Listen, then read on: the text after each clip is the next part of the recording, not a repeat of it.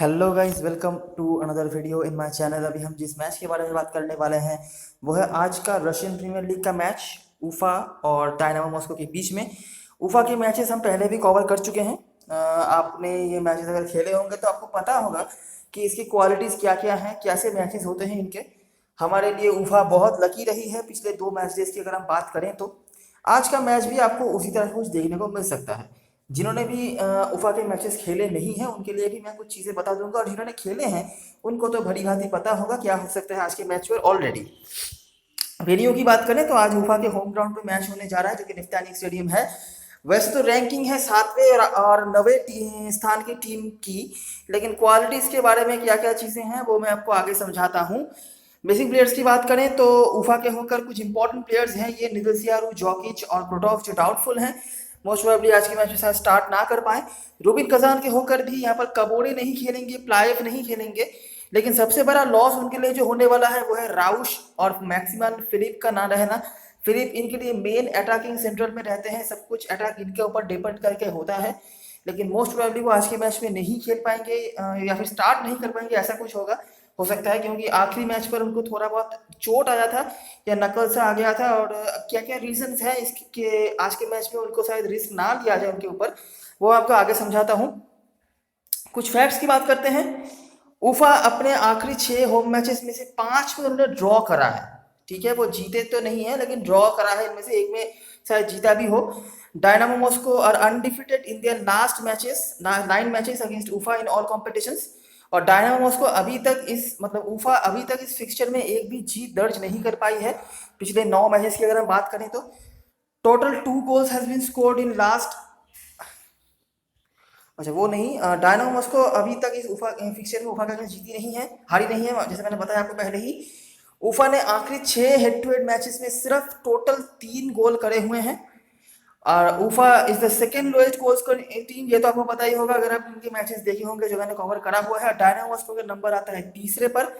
मतलब आज का मैच दोनों सबसे कम गोल स्कोरिंग टीम के बीच में होने जा रहा है, टीम्स के बीच में होने जा रहा है। Ufa are the second least goal conceding team भी। ठीक है, तो जैसा कि आप फैक्ट से देख सकते हैं उसी बेसिस पर मैं आपको कुछ आउटलाइन दे देता हूँ दोनों टीमों का। दोनों ही टीमों से गोल का नाता नहीं है, पहली बात तो ये। उफा का तो बिल्कुल ही नहीं है, उनके मैचों में आपको हार्डली ही 2 गोल शायद देखने को मिल जाए दोनों टीम्स मिलाकर। बहुत रेयर होता है कि इनके अगेंस्ट कोई 2 गोल कर दे या फिर ये 2 गोल कर दें। 1 गोल, 1-1, 1-0, 0-0, ये सब स्कोर ही इनके मैचेस में आपको ज़्यादा देखने को मिलते हैं। गोल स्कोरर्स कतई नहीं है, अल्ट्रा डिफेंसिव फॉर्मेशन के साथ आते हैं और ये काफ़ी अच्छे हैं डिफेंड करने में।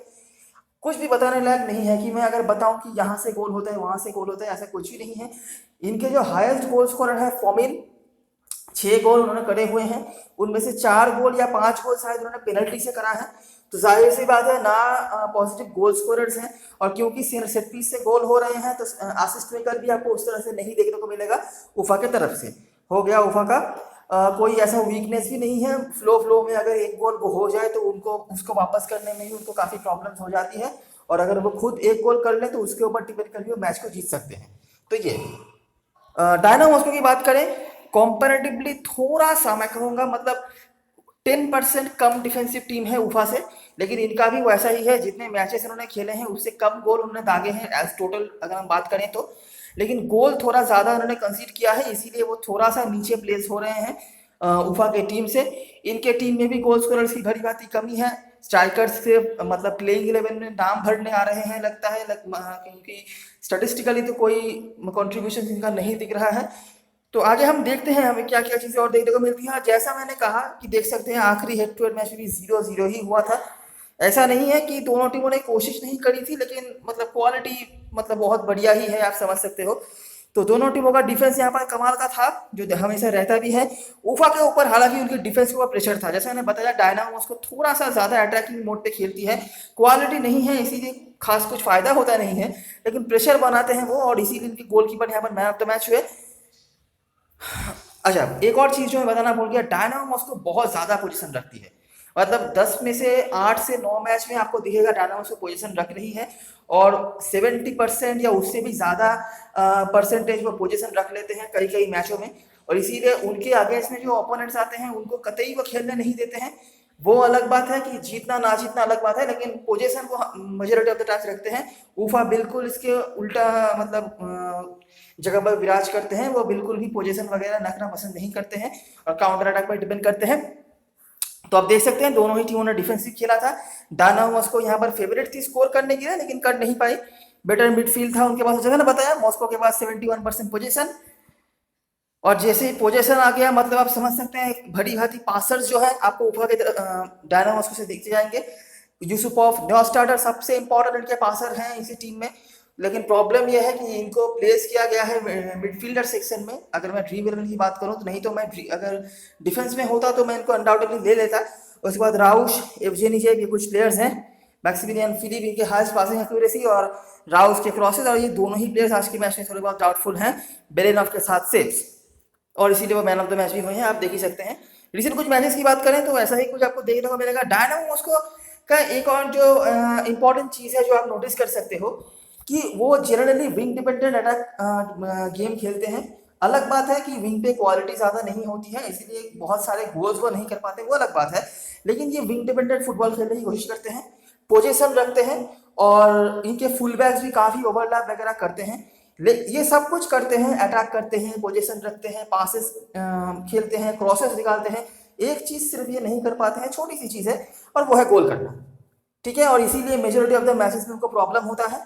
आप देख सकेंगे कि कुछ कुछ मैचों में 1 गोल 2 गोल खा के भी वो हार रहे हैं, डिस्पाइट दैट कि इनका अटैक अच्छा परफॉर्मेंस कर रहा है, इनका डिफेंस अच्छा परफॉर्मेंस कर रहा है। इनका सबसे बड़ा जो वीक जोन है वो है सेंट्रल स्ट्राइकर का, मतलब गोल्स करने वाले बंदे कम हैं इनके पास। और मिडफील्ड इनका काफ़ी खराब है, बहुत ज़्यादा खराब है मिडफील्ड में कहूँ तो। पासिंग क्रिएटिविटी बिल्कुल भी मुझे नज़र नहीं आता है।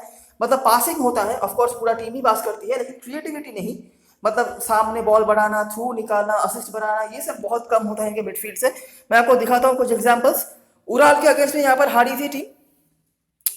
एक गोल जो मिला था डायनामो मॉस्को को वो भी ओन गोल के जरिए। बाकी आप देख सकते हैं कि इनका अटैक उतना बुरा नहीं था। फिलिप यहाँ पर थे, कोवलिचेंको जो भी है, डिफेंस भी खराब नहीं था, लेकिन गोल यहाँ पर कर लिया था उराल ने। एक गोल बिल्कुल आखिरी मोमेंट पर, और एक गोल सेट पीस से शायद किया था, और इसी से काम हो गया। ठीक है, आप देख सकते हैं उड़ाल भी बहुत अच्छा नहीं थी डिफेंसिवली, लेकिन उन्होंने विंग्स का इस्तेमाल करा, उसके ऊपर डिपेंड करके उन्होंने हरा दिया था। डिफेंस यहाँ पर खराब नहीं था, लेकिन क्रिएटिव मिडफील्ड बहुत खराब, जो मैंने आपको पहले ही बताया। मॉस्को ने फिर से यहाँ पर पोजीशन रखा, डिस्पाइट दैट वो हार गए यहाँ पर। 9 स्टार्टर सबसे ज़्यादा पासेस, उसके बाद यूसुपोव, फिलिप के क्रॉसेस, और सुनील जो डायनामो मॉस्को के गोलकीपर हैं, इन्होंने सबसे ज़्यादा सेव्स करे थे। आर्सेनल तुला से एक मैच हुआ, वहाँ पर भी आप जो चीज़ नोटिस कर पाएंगे कि विंग प्ले इनका होता है, भले ही इफेक्टिव ना हो लेकिन होता ज़रूर है। और डिफेंस भी यहाँ पर खराब नहीं था, लेकिन एक गोल तो फ्लो फ्लो में भी आ जा सकता है, और वही यहाँ पर हुआ। आर्सेनल तुला यहाँ पर ओपोनेंट थे, वो 10 मैन डाउन भी हो चुके थे, लेकिन डिफेंस यहाँ पर सही था, goalkeeper man of the match हुए, और एक गोल से इनका काम बन गया। फिर से आप देख सकेंगे डिफेंस खराब नहीं था, अटैकिंग प्लेयर्स भी सही थे, लेकिन मिडफील्ड टोटली फ्लॉप, और इसी वजह से प्रॉब्लम में आ जाती है बार बार डायनामो मॉस्को। अगर इनकी अटैकर्स इंडिविजुअल क्वालिटी को डिपेंड करके कुछ करें तो अलग बात, नहीं तो मिडफील्ड से बिल्कुल भी मुझे सप्लाई लाइन नजर नहीं आता है इनकी टीम में। और एक चीज आपको जो वीकनेस नजर आएगी डायनामो मॉस्को की तरफ से, वो है विंग प्ले के अगेंस्ट में। आप देख सकते हैं ऊपर वाले मैच पे भी विंगर्स ने काम किया था, यहाँ पर भी विंगर्स ने ही काम करा। फिर से देखिए मैच हार गया, फिर भी 70% पोजीशन रखा, सेट पीस भी काफ़ी सारे इस्तेमाल करे थे, लेकिन गोल्स ना हुआ। और पासेस के मामले में रिकॉफ 9 स्टार्टर हर वक्त आपको दिख जाएंगे, लगभग 50 से 60 पासेस पर मैच वो निकाल ही देते हैं, और मिडफील्ड में खेलते हैं, और इनका डिफेंसिव क्वालिटी होता है, इसीलिए ज़्यादा कुछ पासेस इनका जो है काम का पासेस नहीं होता है, पास से निकालते रहते हैं। उसके बाद ऑडिट्स, फिलिप का नाम आपको यहाँ पर भी दिख जाएगा, साथ में जुआओ जिन्हो और स्कोपिन सिर्फ एक बहुत ही इंपॉर्टेंट प्लेयर है, क्योंकि विंग डिपेंडेंट फुटबॉल खेलती है डायनामो मॉस्को की टीम, और ये लेफ्ट फुल बैक खेलते हैं, तो काफ़ी कंट्रीब्यूट करते हैं। असिस्ट पोटेंशियल भी काफ़ी अच्छा है इनका, आगे मैं दिखाता हूँ और भी चीज़ें। अहमद रोजनी के अगेंस्ट में यहाँ पर 3-2 से जीत हासिल करा था, और ये तब का मैच है जब अहमद रोजनी आखिरी पायदान की टीम हुआ करती थी। तो यहाँ पर 3-2 से जीत हासिल करा था, और यहाँ पर आप पूरी तरह से उनकी स्ट्रेंथ जो है समझ लेंगे। देखिए Philip man of the match थे, एक पेनल्टी से और एक असिस्ट उन्होंने निकाला था। बाकी जो दोनों गोल आए उनमें से एक किया राउश ने, और अनफॉर्चुनेटली दोनों ही प्लेयर्स आज के मैच में डाउटफुल है खेलने के लिए। और नेक्स्ट गोल किया स्कोपिन सेफ ने, जैसे मैंने आपको बताया काफ़ी अच्छा अटैक पोटेंशियल भी रखते हैं ये, और दोनों ही विंगर्स ने काफ़ी अच्छा काम किया। सीमांस्की और राउश यहाँ पर जो खेल रहे थे, इनमें से एक ने गोल भी किया और दूसरे ने भी गोल वगैरह नहीं करा हो भले ही, लेकिन उन्होंने कंट्रीब्यूशन काफ़ी अच्छा रखा था। डिफेंस यहाँ पर भी खराब नहीं था, डिस्पाइट 2 गोल कंसीड किए, लेकिन मिडफील्ड बहुत ज़्यादा खराब। फिर से बहुत सारे पासेस ऑफकोर्स खेले थे, लेकिन क्वालिटी नहीं था। अहमद रोशनी की तरफ से आपको दिख जाएगा कि विंग प्ले होता है, आपको पता ही होगा। अहमद रोशनी के मैचेस भी हम कवर कर चुके हैं पहले, और वहां से एक गोल आया। मतलब विंग के अगेंस्ट में हमेशा ही एक प्रॉब्लम रहता है अहमद रोशनी के डायनामो मॉस्को की तरफ से, और यहाँ पर एक गोल आखिरी मोमेंट पे किया था ग्लुशकोव ने। तो आप देख सकते हैं दोनों गोल विंग प्ले से आए। डिफेंस यहाँ पर भी खराब नहीं था, लेकिन मिडफील्ड फिर से खराब। सेट पीस से गोल कंसीड किया। अच्छा, यहाँ पर पोजीशन नहीं रख पाई थी डायनामो मॉस्को की टीम, फिर भी आपको नॉइस्टर के कुछ पासेस दिख जाएंगे। तो ये है डायनामो मॉस्को, ठीक है। मेजोरिटी ऑफ द मैचेस में बहुत पोजीशन रखते हैं, पासेस काफ़ी सारे खेलते हैं। मतलब इनके कुछ 3-4 मैं प्लेयर्स के नाम आपको बता दूंगा आगे, जो कि लगभग 60 से 70 के आसपास आपको पासेस खेलते हुए दिख सकते हैं। और आज के मैच में और भी ज़्यादा ये हो सकता है, क्योंकि उफा की टीम बिल्कुल भी पोजीशन नहीं रखती है, तो 70% से ज़्यादा पोजीशन रख सकती है फिर से डायनामो मॉस्को की टीम। विंग प्ले इनका स्ट्रेंथ और वीकनेस दोनों ही है। विंग प्ले के अंग्रेजी में प्रॉब्लम्स होती हैं, और क्योंकि विंग डिपेंडेंट फुटबॉल ये खेलते हैं, तो इनके फुल बैक्स भी काफ़ी कंट्रीब्यूट करते हैं। मिडफील्ड इनका जो है वो बहुत ज़्यादा खराब है। फैंटेसी की बात करें तो वहाँ से पासिंग के पॉइंट्स आपको मिल सकते हैं नॉइस्टर से स्पेशली, लेकिन क्वालिटी बहुत ज़्यादा खराब है अगर आप मैच को नोटिस करेंगे तो। अभी बात करते हैं उफा की। तो जैसा आप देख सकते हैं डिफेंसिव पूरी तरीके से रहते हैं वो। उनके लिए हाईएस्ट गोल स्कोर है फॉमिन। ये पेनल्टी से सारा मतलब मेजोरिटी ऑफ द 90% गोल उन्होंने करे हुए हैं, जितने भी टोटल गोल उन्होंने करे हैं उनमें से, और ये पेनल्टी हासिल भी काफ़ी कर लेते हैं, तो इसीलिए फॉमिन आपके लिए ऑफकोर्स इंपॉर्टेंट हो जाते हैं। बाकी कुछ क्वालिटी नहीं है, अगर मतलब एक आध गोल सेट पीस वगैरह से हो जाए तो, जिसका प्रेडिक्शन आप शायद ही कर सकते हो। यहाँ पर भी रोस्टोव ने सेट पीस से ही गोल करा था, इसमें खास कुछ है नहीं। तो आप देख सकते हैं उफा ने पोजीशन रखा नहीं, रोस्टोव ने सेट पीस से गोल किया। इंपॉर्टेंट कुछ पासेस के मामले में क्रूगोवा यहाँ पर रहे थे, क्रॉसेस इन्होंने निकाले थे। क्रास्नोदार के अगेंस्ट में 2-0 से हारे थे, ठीक है। क्रास्नोदार को भी काफ़ी दिक्कत का सामना करना पड़ा, उनको भी काफ़ी लेट जाना पड़ा, और एक गोल उनका पहला गोल आया पेनल्टी से, और दूसरा गोल बेंच से शायद काउंटर अटैक से गोल किया होगा। लेकिन डिफेंसिवली उफा यहाँ पर भी सही थी, लेकिन गोल कंसीड करना पड़ा गया। उफा ने यहाँ पर विंग्स का इस्तेमाल किया। उफा मतलब उस तरह से विंगर तो नहीं खिलाते हैं, लेकिन इनके जो दोनों फुल बैक्स हैं ये कई कबार विंग बैक के तौर पर भी आ जाते हैं और विंग स्ट्रेट करते हैं। भले ही ज़्यादा अटैकिंग पोटेंशियल उफा के पूरे टीम में ही ना हो, लेकिन ये है कुछ हद तक जितना भी विंग आप कहेंगे इन दोनों के ऊपर डिपेंड करके है। थिल इनके अटैक में सबसे इंपॉर्टेंट प्लेयर होते हैं। अटैक असिस्ट पोटेंशियल इनका काफ़ी अच्छा है। मतलब उफा की टीम में तो वैसे ही किसी के पास अटैक पोटेंशियल ज़्यादा होता नहीं है, लेकिन उनमें से भी थिल का नाम आप नोटिस कर सकेंगे, ये थोड़ा बहुत क्वालिटी ज़्यादा पोजेस करते हैं। और बेलेनॉव के 5 सेव्स। आखिरी मैच लोकोमोटिव मॉस्को, ये शायद दूसरे या तीसरे पायदान की टीम है, उनको भी यहाँ पर पूरी तरीके से रोक दिया। और आप देख सकते हैं कि एक गोल जो वापस किया था वो फॉमिन ने करा था। तो डिफेंसिवली जो स्ट्रेंथ उनका है वो भी यहाँ पर बरकरार था। क्लीन शीट नहीं रख पाए वो अलग बात। लोकोमोटिव ने यहाँ पर 75% पोजीशन रखा, और ऐसा चीज़ आपको उफा के अगेंस्ट में मतलब कई बार देखने को मिलता है, क्योंकि वो बिल्कुल पोजीशन नहीं रखना पसंद करते हैं। सेट पीस से गोल कंसीड करना पड़ा, जो इनके लिए एक प्रॉब्लम रही है। राइट साइड से इस्तेमाल किया। कुर्गोवाय जो इनके बहुत ही सही फुल बैक नजर आए हैं मुझे क्रॉसेस के मामले में। ज़्यादा कुछ नहीं है, लेकिन फिर भी जितना है।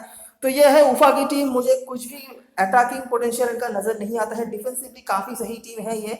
पिछले कुछ मैचों में स्पेशली ब्रेक के बाद तो इनका डिफेंस और भी स्ट्रांग हो चुका है। इनके अगेंस्ट में एक गोल करना भी काफ़ी मुश्किल हो जाता है, एक से ज़्यादा दूर की बात है। बड़ी बड़ी टीमों को ये रोक देते हैं। सेट पीस के अगेंस्ट में थोड़ा इनका दिक्कत होता है, लेकिन बहुत वो कम है। गोल स्कोरर्स की कमी है, क्योंकि ये तो इसीलिए इनका भी टारगेट यही होता है कि सेट पीस कलेक्ट किया जाए। पेनल्टीज काफ़ी मिले हैं हाल ही में इनको, और सारे में ही गोल किया है उनके लिए फॉमिन ने, जिनके पेनल्टी टेकन है और हाईएस्ट गोल स्कोरर भी हैं, और पेनल्टी से सारे गोल करे हैं, आप समझ ही सकते हो। तो ये सब कुछ देखने के बाद अगर आज के मैच में स्पेशली डायनामो मॉस्को की तरफ से फिलिप राउस जैसे प्लेयर्स नहीं खेलते हैं, जो कि उनके अटैक में काफ़ी कंट्रीब्यूट करते हैं, तो ऑफकोर्स डायनामो मॉस्को भी चाहेंगे कि ज़्यादा अटैक में ना जाएं, क्योंकि उनके पास भी ज़्यादा क्वालिटी होगी नहीं, जो कि ऑलरेडी उनके पास है नहीं। और उफा के तो वैसे ही अगर आप सारा मैच उनके अगेंस्ट मतलब बॉल लेके खेलते रहें, अगर उनके डिफेंस में ना जाएं, तो वो सारा मैच ही खेलने देंगे, वो गोल नहीं करने जाएंगे और खुद भी कंसीड नहीं करेंगे। तो मुझे ऐसा लगता है कि आज के मैच में एक लीस्ट स्कोरिंग एनकाउंटर आपको देखने को मिल सकता है। 0-0 के चांसेस भी बहुत ज़्यादा हैं, आप समझ ही सकते हो, जो कि आखिरी हेड टू हेड में भी हुआ था। लेकिन यहाँ पर बात हो रही है एक गोल की, कोई भी टीम कहीं से भी एक गोल कर सकता है। तो इसीलिए हम जब टीम बनाएंगे ना, तो 0-0 के लिए मैं टोटल 6 डिफेंसिव ऑप्शन रखूंगा। 3-3 का कॉम्बिनेशन भी बनाऊंगा ताकि आप एक सेफ कॉम्बिनेशन बना पाओ। बाकी आपके ऊपर है कि वो आप 3-3 को 4-2 बना सकते हो, मैं दिखाऊंगा कैसे। और बाकी के जो प्लेयर्स होंगे, मतलब 6 डिफेंसिव ऑप्शन को छोड़कर 5 जो प्लेयर्स होंगे, वहां पर हम हमारे मेजोरिटी जो अटैकिंग पॉइंट ऑफ व्यू से इंपॉर्टेंट प्लेयर हो सकते हैं उनको रखने की कोशिश करेंगे। ठीक है, मैं आपको दिखाता हूं आगे आप किस तरह से क्या क्या कर सकते हो। सेट पीस टेकर्स की बात करें, इनको जरा ध्यान में रख लेना, क्योंकि यहां से काफी काम हो सकता है आज के मैच में। क्योंकि ऑन प्ले में गोल होना, स्पेशली उफा के अगेंस्ट में गोल होना थोड़ा मुश्किल मुझे लग रहा है। तो फॉर्मिन यहाँ से, बिशाक, क्रोटॉफ ये पेनल्टी लेते हैं, फॉर्मिन, थिल और क्रोटॉफ पेनल्टी फ्री किक में जाते हैं। डायनामो मॉस्को के होकर अगर फिलिप नहीं खेलते हैं तो कॉम्बलिचेंको पेनल्टी देंगे, इनका भी काफी अच्छा एक्यूरेसी है पेनल्टी में। साथ में पेंचेंको का नाम आता है और फ्री किक में जोआओ जिन्हो। स्कोपेनसेफ काफी इंपॉर्टेंट प्लेयर है, आप समझ ही सकते हैं, एक तो विंग डिपेंडेंट फुटबॉल और असिस्ट पोटेंशियल, गोल पोटेंशियल दोनों ही का काफी अच्छा है। और साथ में फिलिप, फिलिप अगर खेलते हैं तो मैच का जो मोड है वो बदल भी सकता है, क्योंकि तब डायनामो मॉस्को कोशिश जरूर करेगी अटैक में जाने की। लेकिन अगर फिलिप ना खेले तो उनके पास भी ज्यादा ऑप्शंस होंगे नहीं, ये आप ऑलरेडी समझ सकते हो। अटैकिंग पॉइंट ऑफ व्यू से बात करें तो जैसा मैंने आपको बताया कि फॉर्मिन हाईएस्ट गोल स्कोरर है, 6 में से शायद 4 या 5 गोल उन्होंने पेनल्टी से करे हुए हैं। डायनामो से अगर फिलिप 8 गोल, 24 या 25 शायद मैच डे हो चुके हैं, उसके बाद यही इनके गोल स्कोरर हैं। इनके बाद बताने लायक कुछ नहीं। और असिस्ट के मामले उफा की तरफ से कोई नहीं है, और रीजन भी आप समझ ही सकते हो। और डायनामोस की तरफ से राउश जो कि हाईएस्ट असिस्ट मेकर है, और दोनों ही आज के मैच में डाउटफुल हैं। अभी एक बार देख लेते हैं दोनों टीम के पॉसिबल लाइनअप्स, फॉर्मेशंस। तो मेरे ख्याल से दोनों टीमें इस तरह के फॉर्मेशन के साथ आ सकते हैं। अगर आज के मैच में राउश ना खेले तो जिमांस्की स्टार्ट करेंगे, और पेंचेंको हो सकता है अटैकिंग मिडफील्डर में आ जाएं अगर फिलिप के अनअवेलेबिलिटी पर।